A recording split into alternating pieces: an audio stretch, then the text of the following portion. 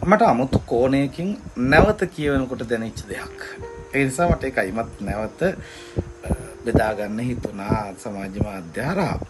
ඉතින් ඒක බලන්න සමහරක් වෙලාවට මගේ ළමයි රස විඳින අය හැම කෙනෙක්ටම මේක එක පැත්තකින් රස විඳින්න පුළුවන් වෙයි. කවිය තමයි සමනල තටු ගැලවුණු පසු. මේක තෝර ගැනීමට තවත් මට මූලික පැතිකඩක් එක පැත්තක් මට දැනෙච්ච හැඟීමකට නැත්නම් මම එක පැත්තක් දකිනවා. හේතුව තව අවුරුදු 2026 ළමයින්ට උසස් පෙළ කරන 2026 ළමයින්ට තව තියෙන මාස 5ක 6ක වගේ අඩු කාල සීමාවක් විභාගේ. අපි වගේ දුප්පත් පන්තියක ජීවත් වෙන අපේ දරුවන්ට, අපේ ළමයින්ට, මගේ දරුවන්ට අධ්‍යාපනයේ ඇර ඉගිලෙන තටු හොයාගන්න ටිකක් අමාරුයි අපේ රටක. ඉතින් අධ්‍යාපනයම තමයි උඹලගේ හීන වලට යන්න හයිය වෙන තටු. ඒ තටු හයිය වුණාන් පස්සේ අපි කොයි පැත්තකට පියාඹයිද කියන එක අපි දන්නේ නැහැ. හැබැයි සමහරක් කුරුල්ලෝ ඉන්නවා. පියාඹන්න ඉස්සෙල්ලා තටු කඩා ගන්න. කුරුල්ලෝ වෙන්න පුළුවන්, කිරිල්ලියෝ වෙන්න පුළුවන්. මේක තවත් එහෙම එකක්. ඒක නිසා පුතේ තව මාස 5ක් කියලා හිතලා තමන්ගේ ජීවිතය ගොඩ යන්න පාඩම් කරන්න මාන්සි වෙන්න. ඒකට පොඩි මොටිවේෂන් එකක්, බුද්ධි කලම්බනයක් කියලා හිතා ගන්නකො මේක.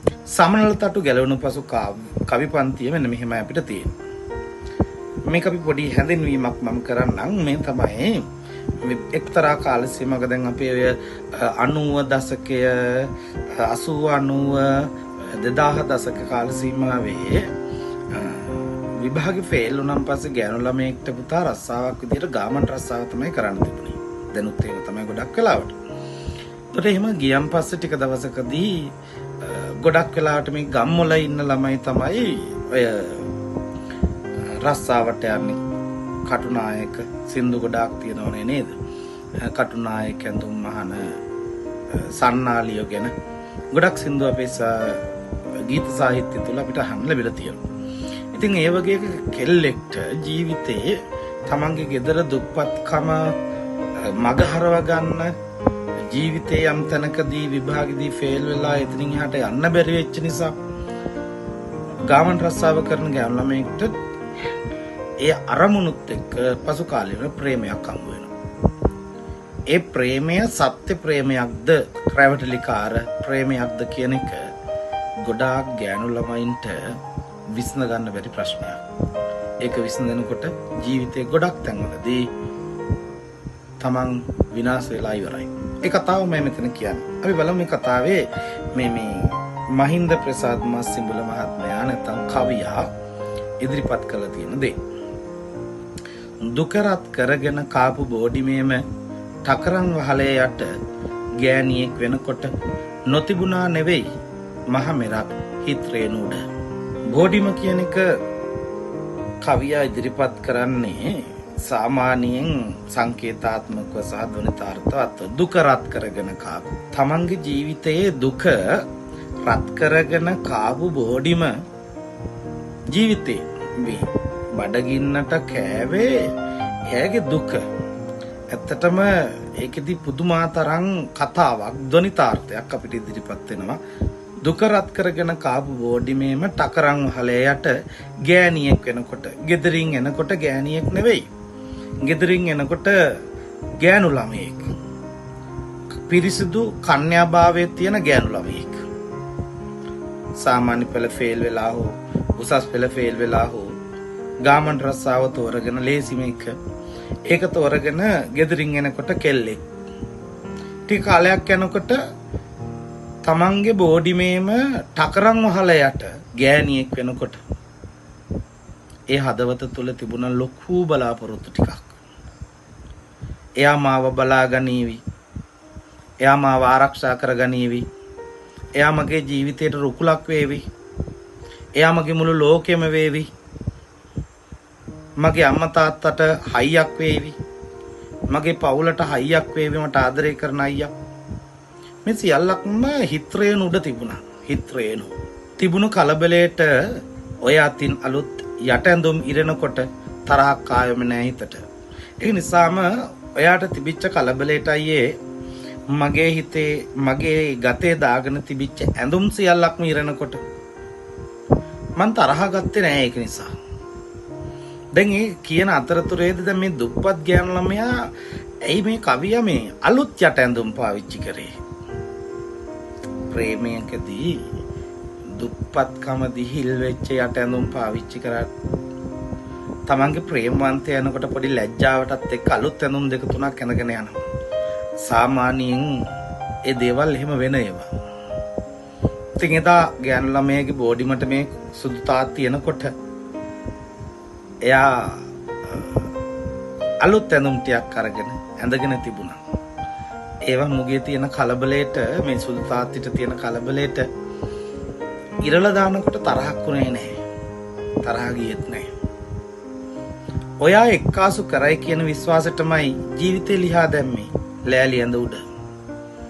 කසාද බැඳලා පෝරුවේ නැගලා හනිමුන් යන්න මල් ලිහපු කාමරයකට මදු සමය ගත කරන්න බලාපොරොත්තුවෙන් සුන්දර බලාපොරොත්තුවක් තිබිච්ච ගෑනු ළමියෙක්ගේ ඒ සුන්දර බලාපොරොත්තුව ලෑලි ඇඳ උඩක් දිගෑරෙනකොට ඇඳගත්තු ඇඳුම් සියල්ලක් ලෑලි ඇඳ උඩ දිගෑරෙනකොට කවිය කියනවා ජීවිතේම ලිහා දැම්මේ. ජීවිතේම. ඒ වගේ දුප්පත් ගෑනු ළමයෙක්ට තමන්ගේ පාරිශුද්ධත්වයේ තරම් වටින දෙයක් නැහැ. ඒ නිසා කවිය කියන ජීවිතේම ලිහා දානවා. ජීවිතේ සීරුවට ගොතා පිඳුකටු තුඩම නපුරු වුණා මට ලේ පැල්ලම් මිස රස්සාවට. මේ කාරණාව කලින් කොනින් ගිහිල්ලා තමන් වැඩ කරන ආයතනයටත් යනවා. ඒ ආයතනට ගියන් පස්සේ ආයතනයේ විනය නීති වලට බලපාලා ආයතනෙන් දොට්ට දානවා. ඒ කවිය කියනවා ජීවිතේ සීරුවට ගොතා පිඳුකටු තුඩ නපුරු වුණා මට ලේ පැල්ලම් ඉස රස්සාවට.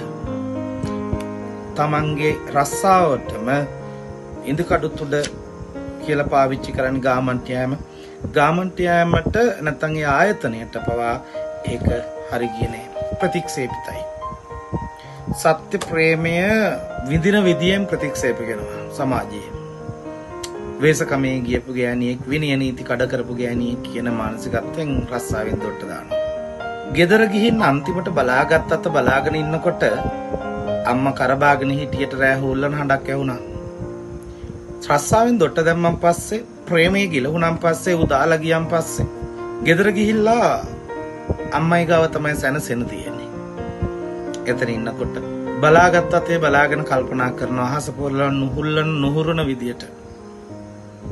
තමන්ගේ ජීවිතේ වැරදිච්ච තැන, තමන්ගේ ජීවිතේ සලුපට ලිහලා දාපු තැන, බෝඩි මේ ටකරන් වහලයට ලෑලි ඇඳ උඩ කොල්ලෙක් විශ්වාස කරලා තමන්ගේ ජීවිතය ඇඳුම් ලිහලා දානකොට ඉන්දි කටු තුඩක් වගේ තුඩ ඇනිලා ලේ පැල්ලන් ඉහිලා වගේ බෝඩි මේ ටකරන් වහලයට ලෑලි ඇඳ උඩ තමන්ගේ අලුත් රෙදිවල ලේ පැල්ලන් ඉහෙනකොට තමන්ගේ බලාපොරොත්තු සියල්ලක්ම නැති කරගෙන ඉවාගාතේ කල්පනා කරනකොට අම්මා කරබාගෙන හිටියා. හැබැයි රෑ හුල්ලන හඬක් ඇහුණා. අම්මගේ හීල්ලීම මොනතරම් වේදනාත්මක කියනවා නම් මහා මේරුවත් හෙල්ලෙන්න පුළුවන් ඒ හීලෙනකොට. ඉතින් පුතේ කවිය නැවතයිමත් කියනවා ගහ බැන්නේ නෑ මට මගෙනුත් දවසක් හරි කාපු ගුණේට. රස්සාව කළා ගෙදරට සල්ලි එවුව නිසා අම්ම බැන්නේ නෑ. අම්ම ගැහුවේ නෑ. බැන දෙඩ්ඩුවේ නෑ. කියලා හිතනවා මගෙනුත් කාපු ගුණේට වෙන්නේ නැති කියලා. අම්ම එහෙම තමයි පුතේ. මොන ලෝකෙම අපිව ප්‍රතික්ෂේප කරත් අම්මව අපිව ප්‍රතික්ෂේප කරන්නේ. අපි වැටෙන තැනදී අම්ම විඳී අල්ලගන්න අපිව. කෙලට හරි පුදුමයි. පුදුමයි තාමත් හිතට මං ගෑණියෙක් වුණාට ඔයා පිරිමියෙක් නොවන එක ගැන. එයා හිතනවා මට පුදුමන් ගෑණි උන එක නෙවෙයි. මේ තරම් දරා ගන්න අම්මා මිනිහෙක් උනේ නැති එක. පිරිමියෙක් නොවන එක ගැන. ඒ තරම් අම්මා දරා ගන්නවා. පතා හිටි දොරවල් වල අගුල් එක දෙක වැටෙනකොට කැඩුණු දුප්පත් දොර ඇරියට පිං අම්මේ උඹට. පතාගෙන හිටපු දොරවල්, ප්‍රේමී දොරවල්, විශ්වාසෙත් තියලා තමන්ගේ ජීවිතේ සින්න කරගත්ත දොරවල් එකින් එක වැහෙනකොට අර ලෝකේ තියෙන දුප්පත්ම කැඩුණු දුප්පත්ම දොර ඇරියට පිං අම්මේ උඹට. ඇඳුම් මිරණ අය කොපමණ නම් හිටියට ඉරුණු ඇඳුම් හරි ගස්සල දෙන්නේ හිටියේ මට නුඹ විතරයි අම්මේ අන්තිමට. පුතේ මතක තියාගන්න, ලෝකේ ඇඳුම් ගලවන්න ඕන තරම් හිටියට අන්දන්න කවුරුවත් හිටියේ නෑ පුතා. කවුරුවත් ඉන්නෙත් නෑ. ඇඳුම් ගලවන්න ඉක්මන් වෙන මිනිස්සුම ඇඳුම් අන්දන්න ඉක්මන් වෙන්නේ නෑ. ඒ ඇඳුම් අන්දනව නම් ඇන්දෙව්වේ අම්මෝ විතරයි. ඉතින් ජීවිතේ වරද්ද ගන්න නැතුව හරි පාරේ හරි තැනට හරි විදියට යන්න.